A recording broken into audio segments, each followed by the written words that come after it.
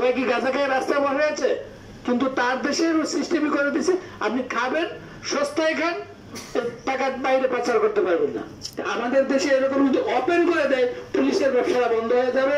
এই যে 220 টাকার জিনিস 2000 টাকা দিয়ে কিনে খাচ্ছে, বার্মায় টাকা যাচ্ছে, দরকারে বাংলাদেশে ফ্যাক্টরি করে দেন, ওগুলো বাংলাদেশ উৎপাদন করে ওগুলো বিক্রি করে। তোরা খাইতে থাক, খা।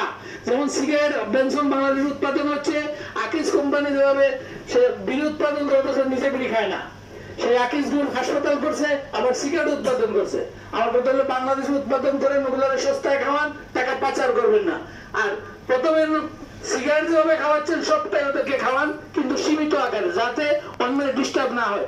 সিঙ্গাপুরে আপনি যেহেতু অপরাধ, একটা সিগারেট খাইলে আপনাদের অপরাধ, সিগারেট নির্দিষ্ট জায়গায় খাইতে হবে, সৌদিতে নির্দিষ্ট জায়গায় গিয়ে খাইতে হবে, যেমন জায়গায় খাওয়া যাবে না। বাংলাদেশে আইন আছে কিন্তু তার বাস্তবায়ন নাই।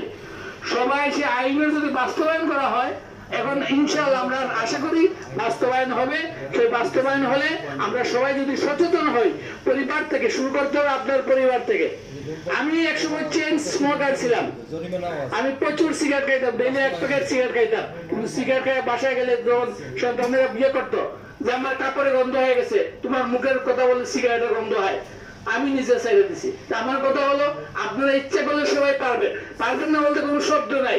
আমি যেখানে ডেইলি 1 প্যাকেট সিগারেট খাইতাম, আমি ছাড়তে পারছি, পারবেন না কেন? সবাই আমরা যারা এই সংগঠনের সাথে জড়িত, সবাই আমরা শপথ করি যে আমরাও সিগারেট মুক্ত হব, নিজেরা সুস্থ থাকবো। আগামী সিগারেট খাইলে কাশের ওষুধ খাওয়া লাগতো, কিন্তু আজকে আমার ইনশাআল্লাহ এই ধরনের কোনো সমস্যা নাই, 1 টাকা কোনো ট্যাবলেটও খাইতে হয় না। সবার করে ওটা আহ্বান জানাবো, আমরা সবাই এই মাদককে না বলার সাথে আমরা সিগারেটকে না বলবো, এই বলে আমার বক্তব্য শেষ করছি। আসসালামু আলাইকুম।